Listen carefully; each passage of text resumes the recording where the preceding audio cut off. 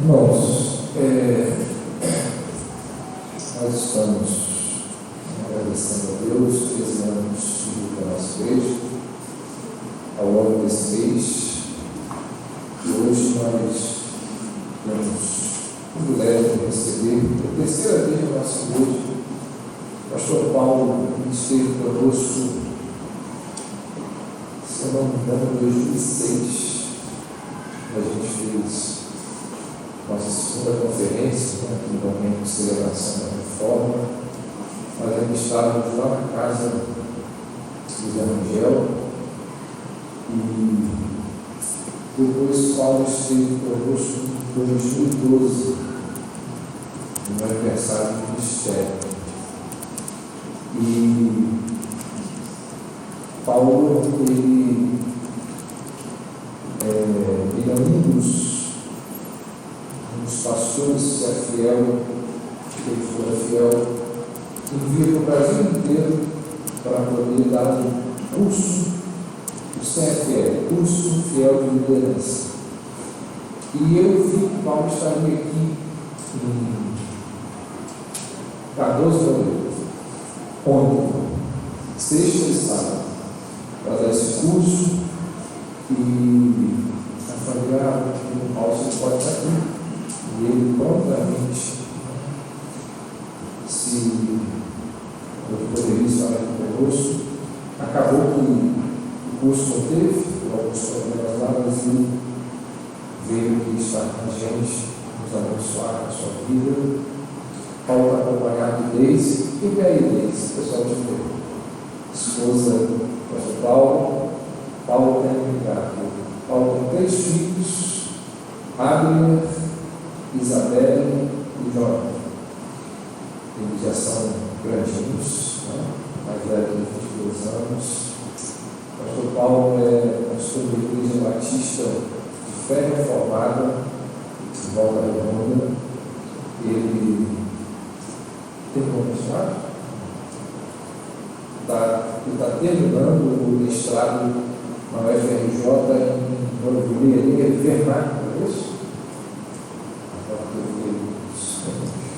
Ele é professor em escolas e cursos lá em Volta Redonda, e como mencionei, ele é professor do Martin Luther, seminário Martin Luther, de hermenêutica, grego. Paulo é magnífico, Deus tem usado a vida dele para abençoar muitos irmãos, muitas igrejas ao redor do nosso país. Vamos orar. Deus, nós te agradecemos muito por esse momento, por leve nosso receber este servo do Senhor aqui para compartilhar conosco a tua palavra. Obrigado por que o Senhor tem levado o pastor Paulo para ajudar o nosso país, e tem abençoado muitas pessoas. Pedimos que agora, pela manhã, mais uma vez, o Senhor nos transmitir a tua palavra ao nosso coração. Nós assim oramos e pedimos para ele a unção do Santo, em nome de Jesus.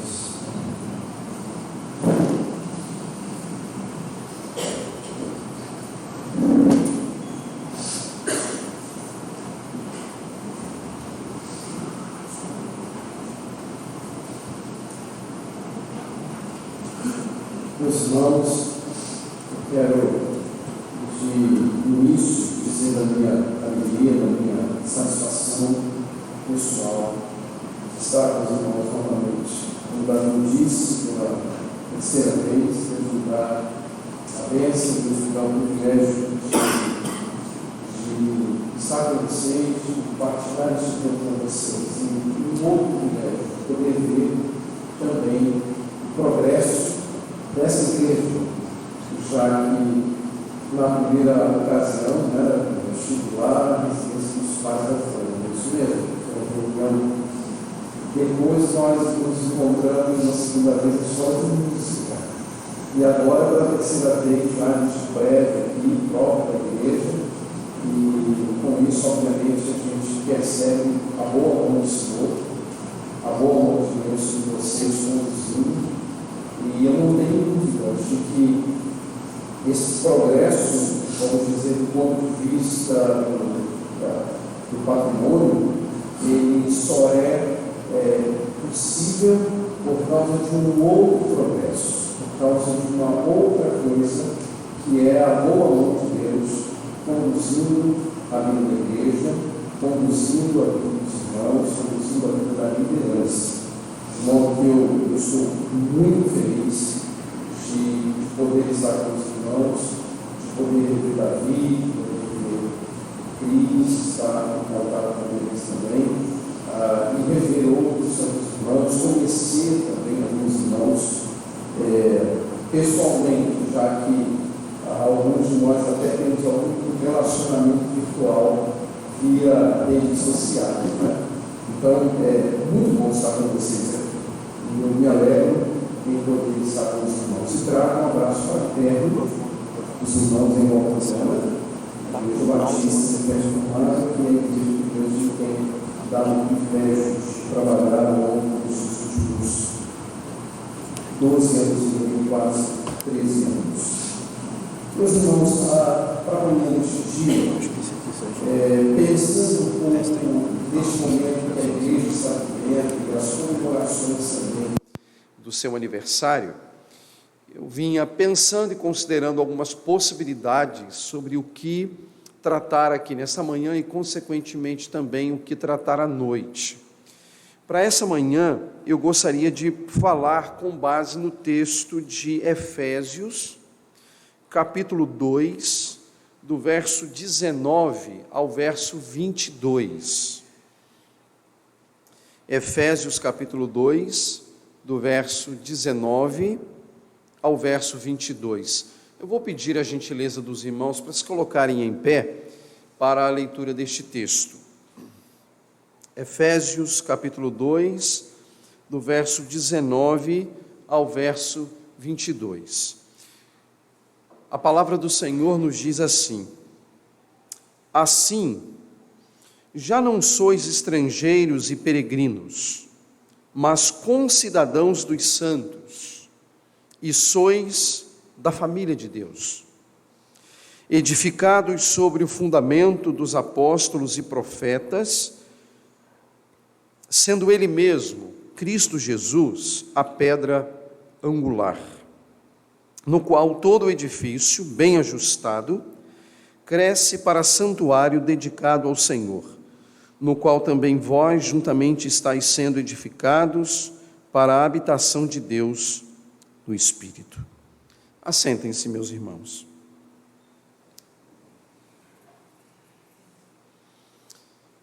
A carta aos Efésios, ela, talvez de todas as cartas escritas pelo apóstolo Paulo, é aquela que mais se preocupa em falar sobre a natureza da igreja e a própria constituição da igreja.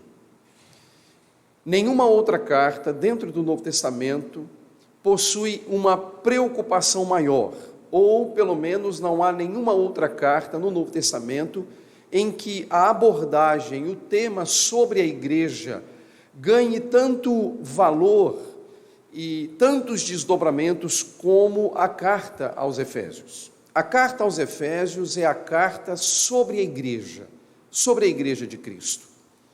Isso não significa dizer que não haja em Efésios alguns outros temas que possam ser considerados, como também não significa dizer que em outras cartas escritas por Paulo nós não encontremos elementos sobre a igreja. O que eu estou dizendo é que a carta aos Efésios é uma carta que gasta boa parte do tempo enfatizando a natureza da própria igreja de Cristo Jesus. E considerando este aspecto, o apóstolo Paulo, ele vai desde os elementos constitutivos da igreja e passando pela própria natureza da igreja, como falando também sobre as lutas e dificuldades que a própria igreja enfrenta.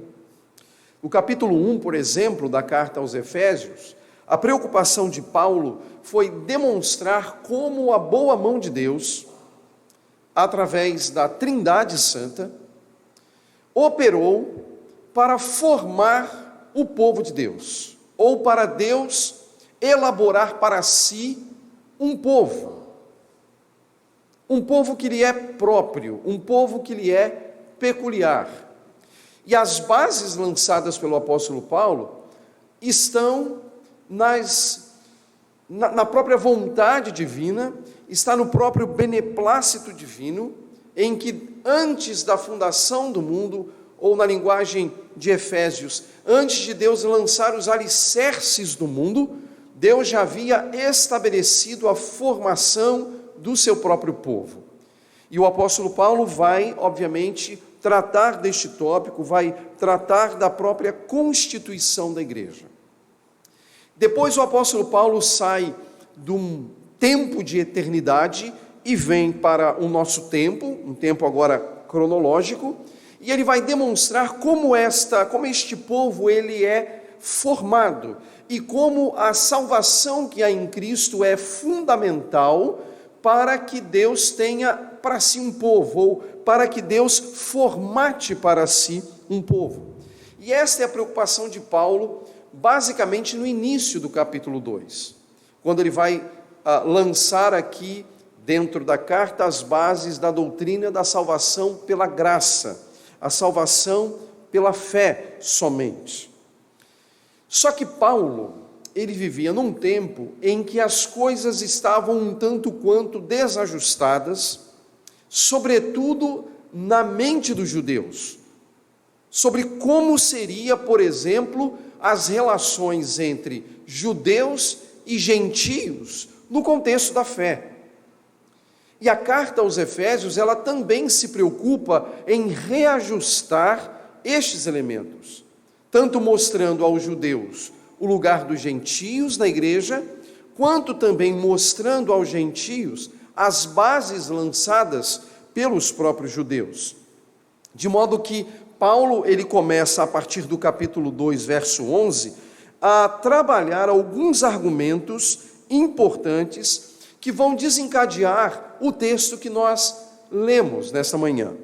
Paulo, ele vai mostrar que Deus, por graça suprema, por bondade, ele encaminha todas as coisas para que agora judeus e gentios estejam juntos, estejam reunidos e façam parte do povo do Senhor. O texto que nós lemos especificamente, versos 19 a 22, é um texto que precisa ser dividido em duas partes de um modo muito natural.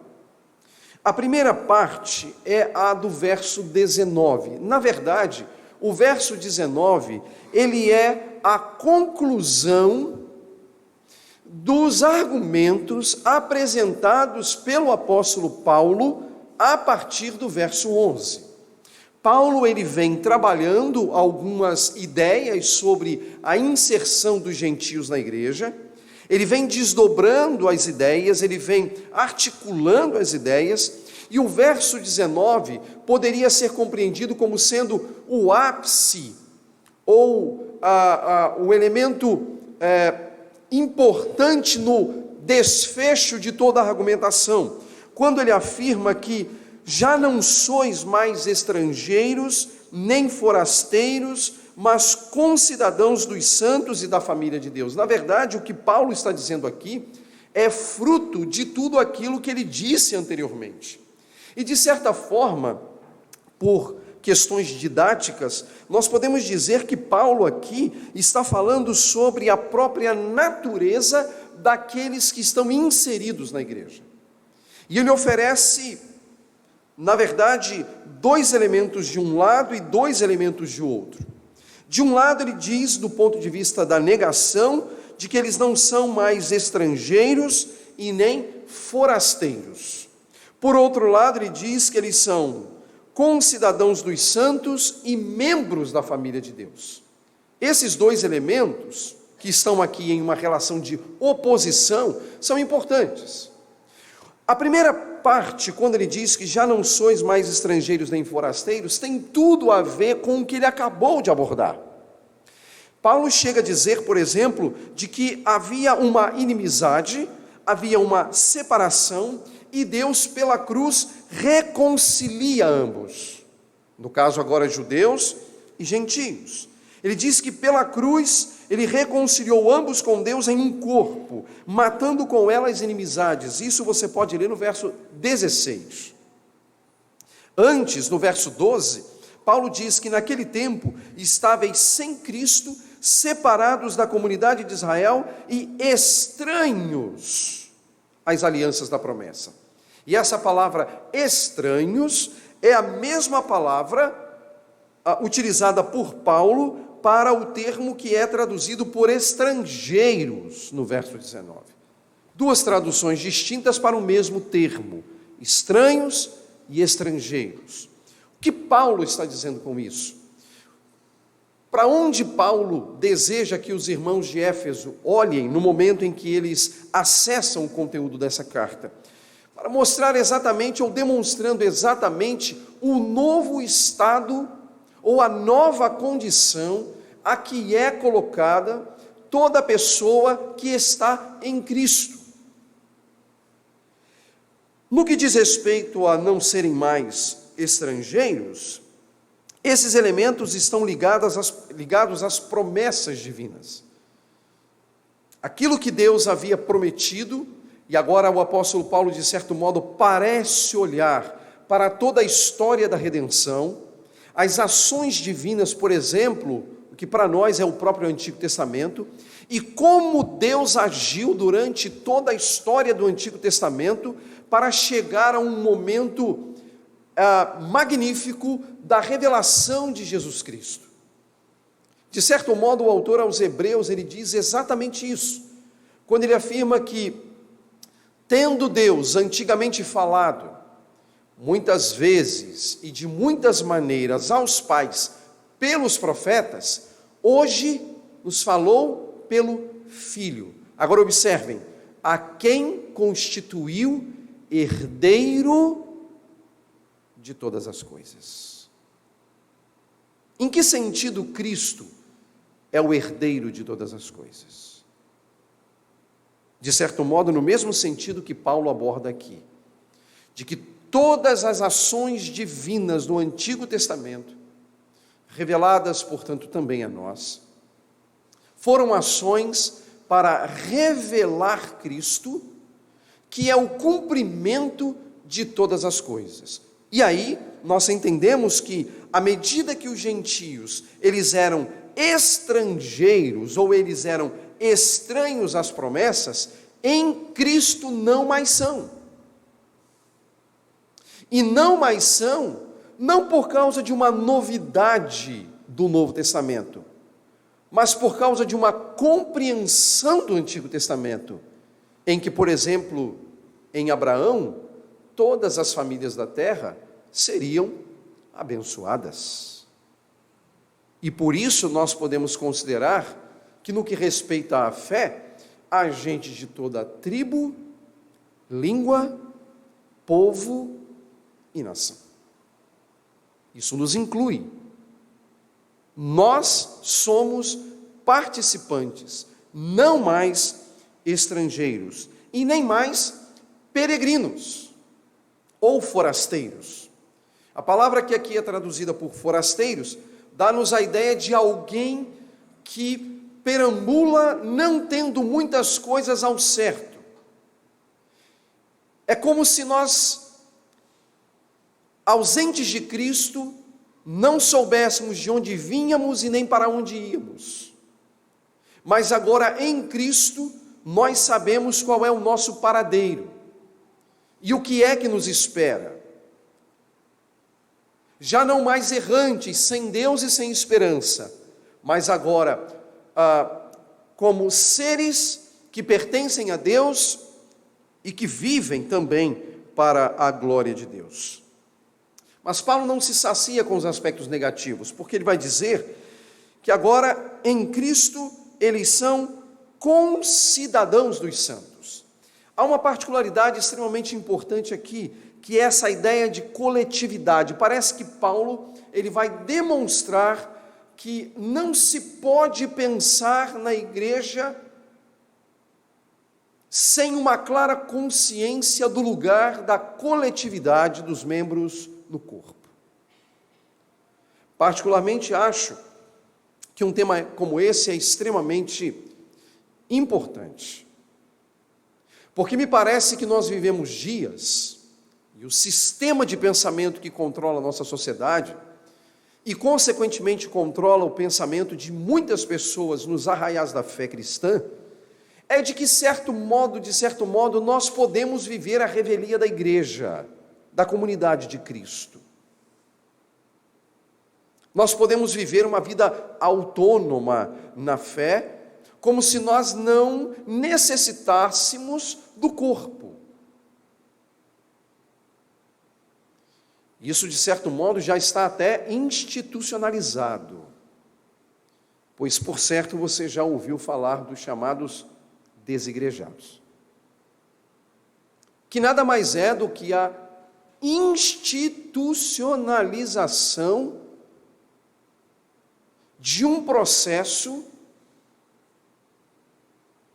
em que a igreja, como corpo de Cristo, está completamente desfigurada. Mas não que ela esteja desfigurada na sua própria natureza, porque nós vamos ver que a igreja jamais é desfigurada, mas porque na mente dessas pessoas ela está desfigurada. Com essas palavras do verso 19, Paulo então está fechando uma abordagem, para então tratar metaforicamente da igreja. E a metáfora que Paulo vai utilizar é a metáfora da construção. É a metáfora da edificação. Do verso 20 ao verso 22 é exatamente o que nós encontramos. Paulo começa dizendo: edificados sobre o fundamento dos apóstolos e dos profetas, de que Jesus Cristo é a principal pedra de esquina. Ele vai falar de edifício ajustado, ele vai falar de templo santo ao Senhor, ele vai falar de sermos juntamente edificados para a morada de Deus. Então observem que Paulo lança mão de termos que estão ligados, e aí vamos trazer agora para o mundo contemporâneo, a ciência da engenharia. E para sermos mais especificamente, a engenharia civil, talvez a arquitetura, Paulo lança mão de conceitos metafóricos para falar da igreja. E, meus irmãos, a metáfora utilizada por Paulo precisa ser uma metáfora compreendida na nossa própria experiência. Porque o que Paulo está dizendo aqui não foi algo concreto apenas no primeiro século, ou não foi algo concreto apenas no período da Reforma Protestante, mas é algo concreto na vida dos irmãos, como é algo concreto na vida da comunidade em que eu sirvo, como é algo concreto na vida da igreja de Jesus. O que Paulo diz aqui tem a ver comigo e tem a ver com você. E isso tem efeitos sobre a minha vida e sobre a sua vida, sobre a comunidade em que sirvo e a comunidade em que vocês servem. Isso tem tudo a ver conosco. Como é que Paulo estabelece aqui? O que Paulo diz especificamente sobre essa igreja?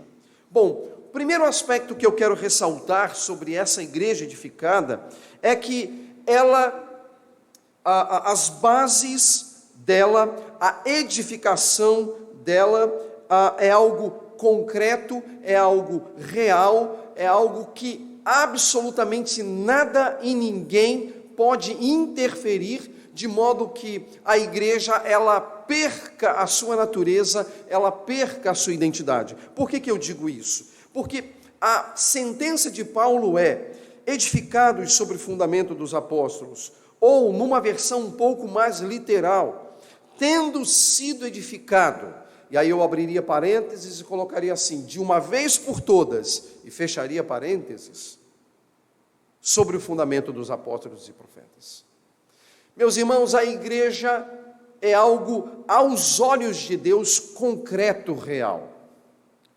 Nós experimentamos a edificação da igreja à medida que o tempo passa. Deus está, de certo modo, edificando a sua igreja. Isso é fato. Mas nós estamos usando um espectro humano, cronológico.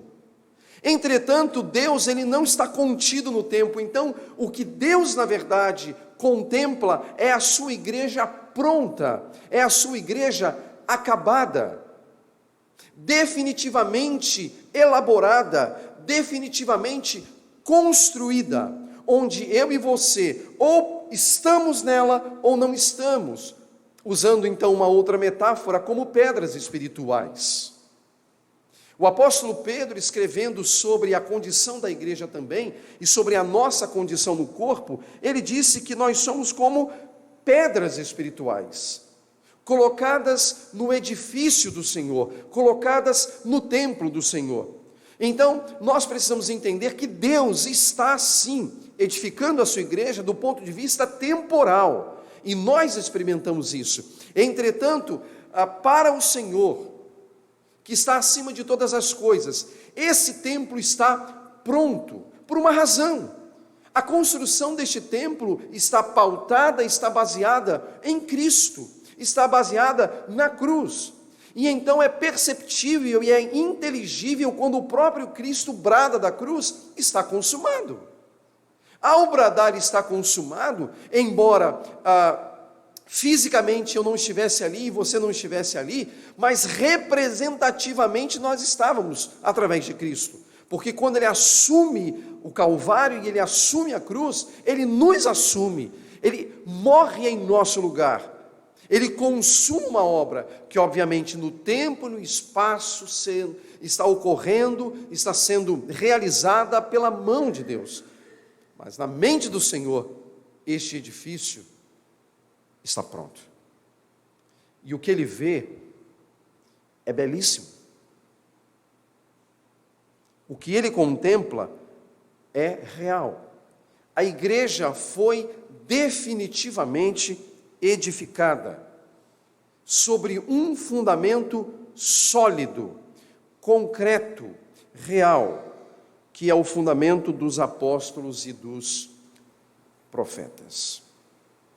Eu preciso dizer alguma coisa aqui que talvez desconstrua uma ideia que nós temos, mas eu não quero apenas bater marreta e deixar os escombros no chão, mas propor uma alternativa. Normalmente, nós utilizamos o conceito de fundamento dos apóstolos e dos profetas para as Escrituras.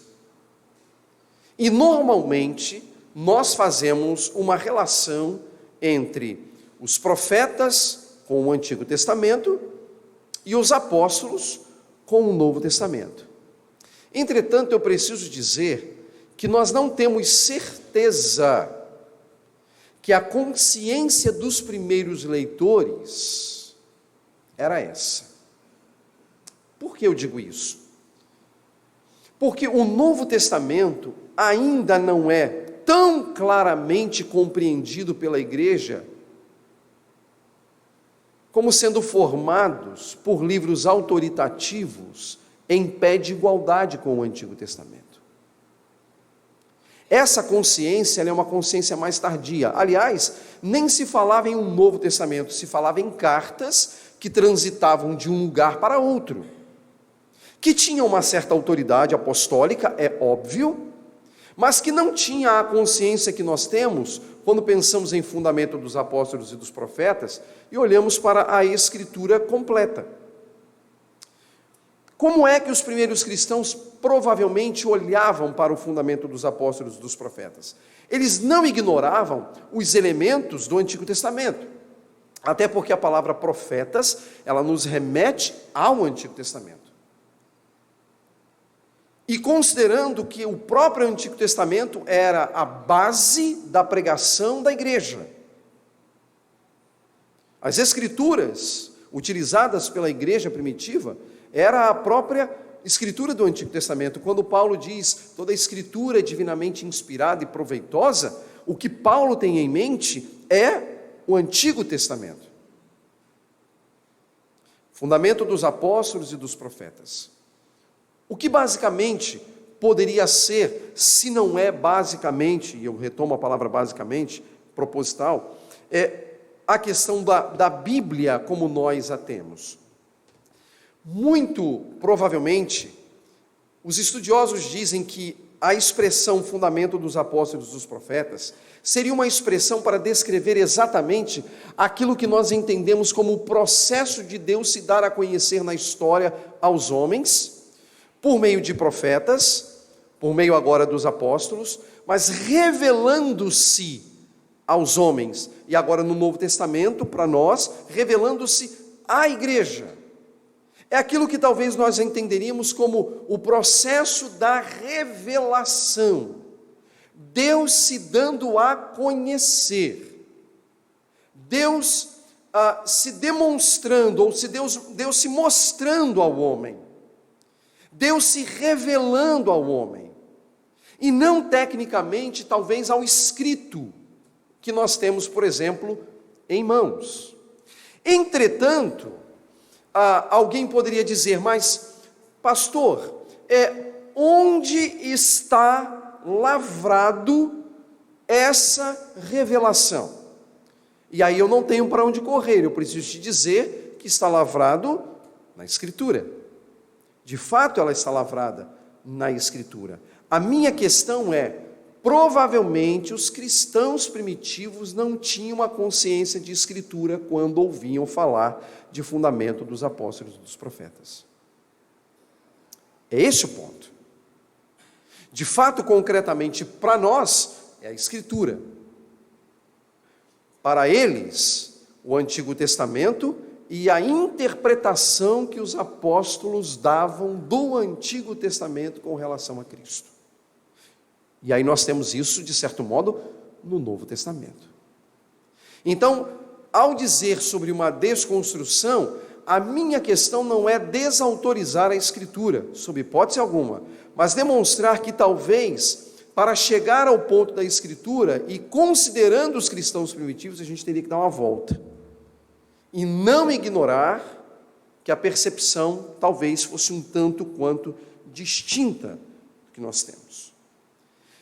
E onde entram os apóstolos nesse aspecto? Porque os profetas não eram problemas para os judeus, mas os apóstolos, por certo, para alguns judeus. Exatamente no fato daquilo que os apóstolos apontam ser Cristo. Observe que Paulo lança a mão de um conteúdo do Antigo Testamento, pois ele diz assim: edificados sobre o fundamento dos apóstolos e dos profetas, no qual Jesus Cristo é a principal pedra de esquina, ou, sendo ele mesmo, Cristo Jesus, a pedra angular. Pedra angular. Talvez a novidade apostólica está exatamente em Cristo ser a pedra angular. E aí a gente precisa entender o que seria a pedra angular naquela época, né? Como o nome já diz, ela pode ser conhecida como pedra angular ou pedra de esquina, porque o lugar que ela ocupava na construção era exatamente na esquina.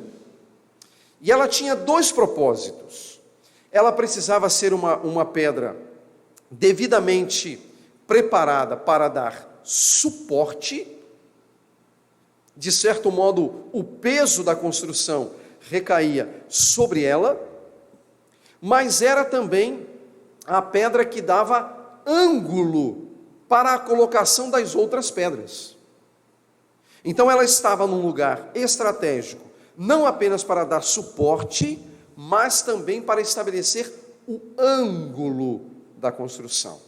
Ela direcionava a colocação das outras pedras.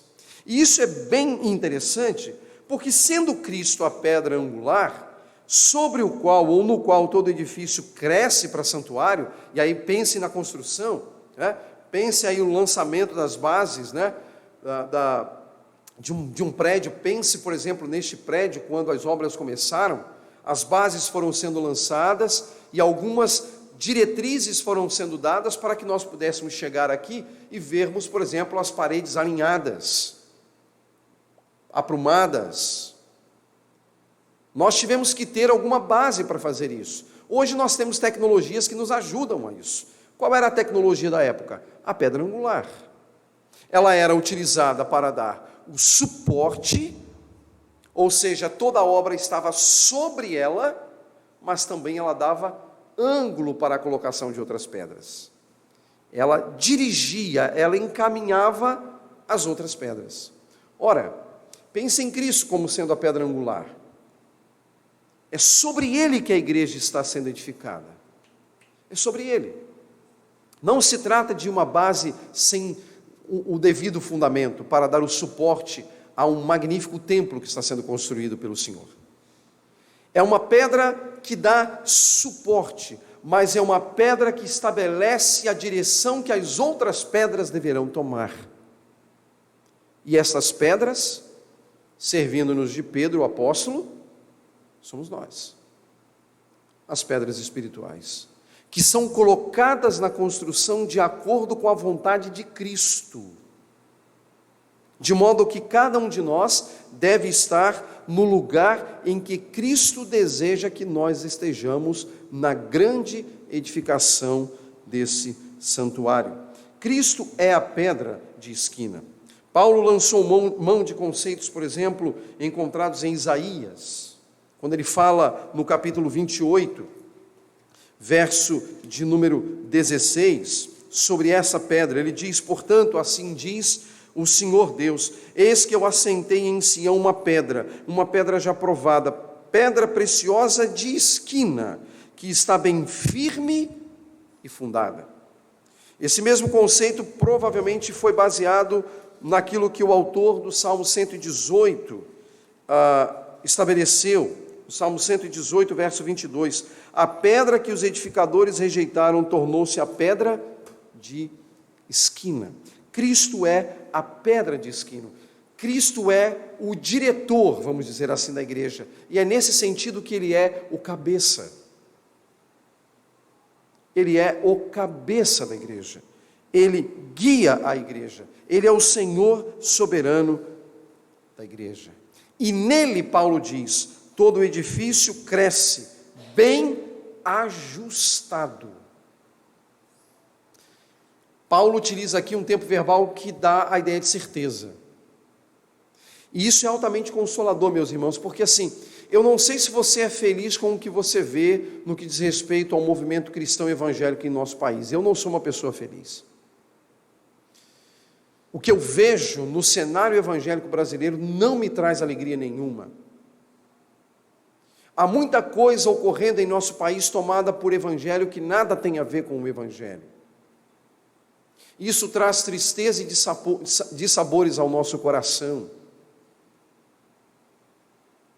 Às vezes a gente perde a paciência, porque o cenário não é bom, as coisas não são boas, mas uma certeza nós temos: o que Paulo diz aqui é que o edifício cresce. Paulo utiliza um tempo verbal para dar convicção. Olha, nesse mundo louco que a gente está vivendo, Deus não deixa de edificar a sua igreja. Ela está sendo construída, ela está sendo edificada. A questão é, há pedras que estão dentro e há pedras que estão fora.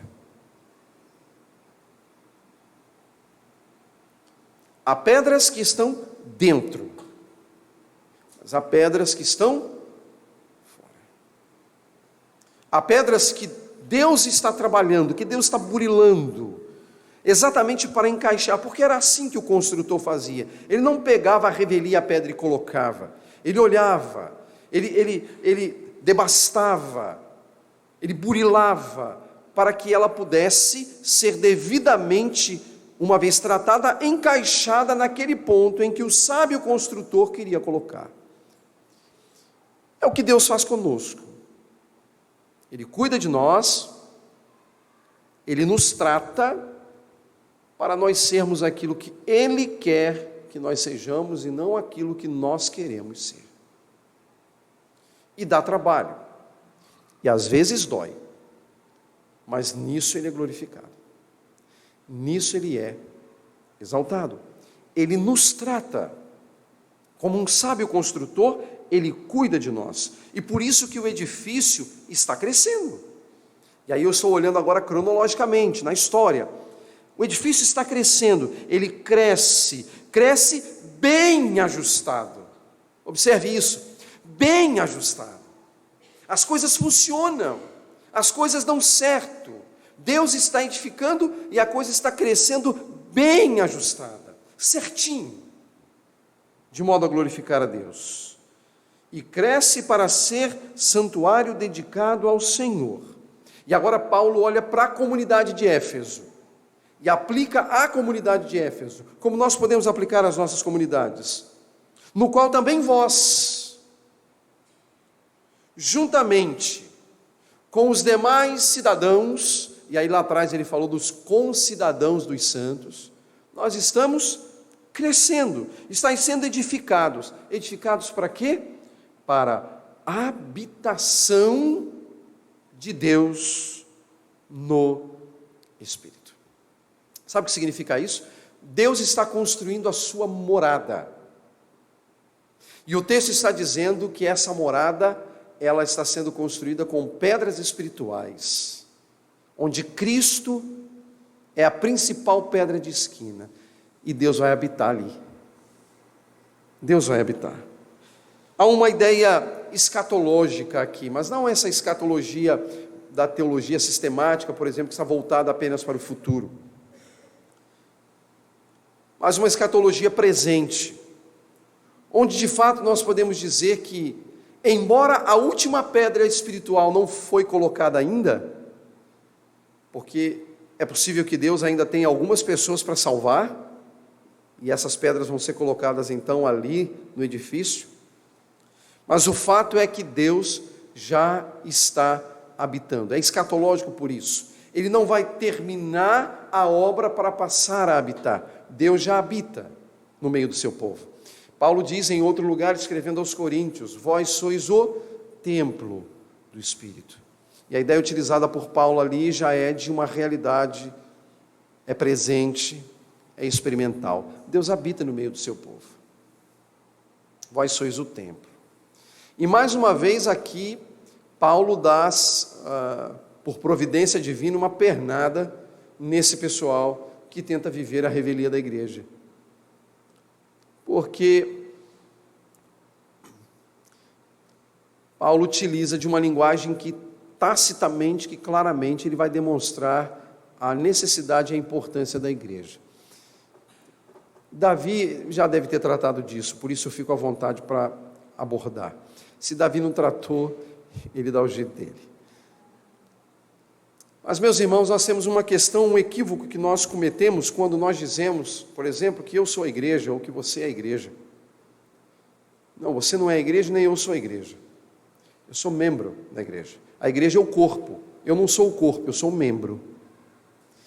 E Davi mencionou no início, por exemplo, que eu trabalho como professor, e a minha área é a área de linguagem, eu sou professor de língua portuguesa. E tem uma coisinha tão simples, tão simples, tão simples, que às vezes a gente comete um equívoco quando lê a Bíblia, né? Porque, por exemplo, o texto bíblico diz assim: vós sois o templo do Espírito. Vamos lá, a gente vai fazer uma análise sintática aqui. A gente tem aqui o sujeito vós, sois templo do Espírito, é um predicado nominal, onde o verbo ser é verbo de ligação. Estão lembrando aí, no ensino médio, ensino fundamental? Muito bem. Se eu tenho um verbo de ligação, necessariamente eu tenho que ter depois do verbo de ligação um predicativo do sujeito, que é uma informação na parte do predicado sobre o sujeito. Ora, se o sujeito vós é plural, por que o predicativo não está seguindo o sujeito e ele está no singular? Porque se nós fôssemos cada um templo, então Paulo não poderia dizer jamais vós sois o templo, mas vós sois os templos do Espírito. Mas Paulo não diz que vós sois os templos, ele diz vós sois o templo, que significa que o vós, os concidadãos dos santos, formam um único templo. Então você não é o templo, eu não sou o templo, mas nós somos. No templo nós somos pedras espirituais. Assim como no corpo nós somos membros, mas é um só corpo, um só templo, uma só igreja. Embora ela possa ter a sua realidade bem local e física, como nós experimentamos aqui nessa manhã. Então, não é possível viver a revelia da igreja. Ou você faz parte, ou você não faz parte. Ou você é membro, ou você não é membro. Porque corpo você não é. Porque templo você não é. Você é membro do corpo e pedra no templo, onde Cristo é a principal pedra de esquina. E onde Deus mora, onde Deus habita? No meio do seu povo. Irmãos, Deus habita no meio de nós. Isso nos deve levar a alguma consciência cristã. Se tudo isso que está sendo dito aqui nesta manhã é verdade, particularmente eu creio piedosamente que é, então há alguns desdobramentos aqui para a nossa vida e para a vida da comunidade de Cristo, da Igreja de Jesus Cristo na terra. A primeira delas é que a igreja precisa retomar claramente a consciência de que quem dirige a igreja é o Senhor Jesus Cristo. Não à toa que ele nos é apresentado aqui como a principal pedra de esquina. É Cristo quem dirige a igreja. Cristo é o Senhor da igreja. Cristo é, e aí eu utilizo a palavra tecnicamente, o diretor da igreja, porque como pedra ele determina a direção das outras pedras. Cristo é o Senhor. Essa consciência é extremamente necessária. Cristo é o Senhor. É Ele quem governa a igreja. É Ele quem guia a igreja. E veja só, Ele não governa e guia sob autorização. Ele governa e guia porque Ele é Senhor. E Ele governa soberanamente sobre o seu povo. E nenhuma das vidas pelas quais Ele deu-se, se perderá. Nenhuma. Nenhuma pedra será desperdiçada. Porque Ele é o Senhor. E meus irmãos, isso deve nos consolar o coração. Deve consolar o coração da liderança. Davi, a igreja não está nas nossas mãos. A igreja está nas mãos de Jesus. E eu digo isso porque às vezes a gente sofre. Às vezes nós somos acometidos de uma síndrome em que nós somos levados a pensar que depende de nós. E não depende. Depende de Jesus.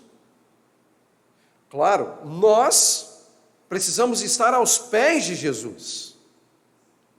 Nós devemos estar sendo instruídos por Jesus para liderar. Entretanto, quem guia a igreja, quem governa sobre a igreja é Jesus. Isso nos leva a um segundo ponto. Se isso é verdade, a igreja vai triunfar. Porque note, se Cristo é o Senhor da igreja e Ele quem caminha a igreja, não há como essa igreja se frustrar, não há como essa igreja se perder, ela vai triunfar. É tão certo quanto o ar que nós respiramos, a igreja vai triunfar. E Jesus apontou isso muito claramente em Mateus. As portas do inferno não prevalecerão contra ela, isso é fato. Irmãos, a igreja de Jesus vai triunfar, não há nada que possa impedir, não há nada que possa estorvar a igreja. Nós triunfaremos porque o Senhor da igreja triunfou, isso é certo, isso é certo. E sendo isso verdade, nos leva a um terceiro ponto. Quão dedicados e esforçados e tementes a Deus nós devemos ser para, neste tempo, na história que Deus nos permite viver, sermos instrumentos em suas mãos para que a glória de Cristo se torne cada vez mais real e concreta no mundo à nossa volta. De modo que cada um de nós, como pedras espirituais ou como membros do corpo de Cristo, vivamos de um modo a honrar a Jesus Cristo, de modo que o testemunho de Cristo seja espalhado pelos 4 cantos dessa cidade, pelos 4 cantos do nosso estado, pelos 4 cantos do nosso país e do mundo, pelo amor que temos a Jesus Cristo, mediante o testemunho de nossa fé. Nós precisamos estar comprometidos com a verdade, de modo a viver esta verdade e glorificar a Deus por intermédio dessa verdade, de que pertencemos a Ele. E Ele dispõe da nossa vida como Ele bem entende, para a sua glória. Então Cristo é o Senhor da igreja, por isso ela triunfará. E se, portanto, ela triunfará, nós não devemos temer. Nós devemos ser ousados. Nós devemos ser tementes apenas a Deus, a fim de proclamarmos o Evangelho de Jesus Cristo, através de comunidades locais, como a que os irmãos aqui vivem, ou mesmo como eu vivo em uma outra cidade. O fato é que nós não pertencemos ao grupo de pessoas desesperadas. Nós temos esperança. Cristo é a nossa esperança. Se os irmãos desejam honrar o Evangelho, honrem a Cristo. Se os irmãos pretendem viver o Evangelho, vivam a partir de Cristo, em todas as áreas da sua vida. Glorifique a Deus e edifique a igreja. Edifique a igreja. Uma igreja edificada é um belíssimo instrumento nas mãos de Deus para cumprir os propósitos que Ele tem no tempo, na história. E o meu desejo é que vocês sejam estes instrumentos nas mãos de Deus. Já não somos mais estranhos ou estrangeiros, nem mais peregrinos, mas somos concidadãos dos santos e membros da família de Deus, edificados sobre o fundamento dos apóstolos e dos profetas, de que Jesus Cristo é a principal pedra de esquina. Pertencemos a um edifício bem ajustado, que cresce para templo santo ao Senhor, onde nós também estamos sendo edificados para a morada de Deus em espírito. E por fim, se Deus habita no meio do seu povo, e Deus é santo, sejamos santos em todo o nosso procedimento. Homens, sejam santos. Mulheres, sejam santas. Maridos, pais, esposas, mães, filhos, filhas, patrões, empregados, professores, alunos, vizinhos, sejam santos em todo o vosso procedimento, porque Deus está construindo para si um templo santo, para ser a sua morada. E sendo Deus santo, essa morada também precisa ser pura, limpa, irrepreensível, digna daquele que ali habita. Seja Deus glorificado, seja Deus exaltado através das nossas vidas. Honra, glória e louvor sejam dadas ao Trino Deus. Vamos ficar em pé para orar?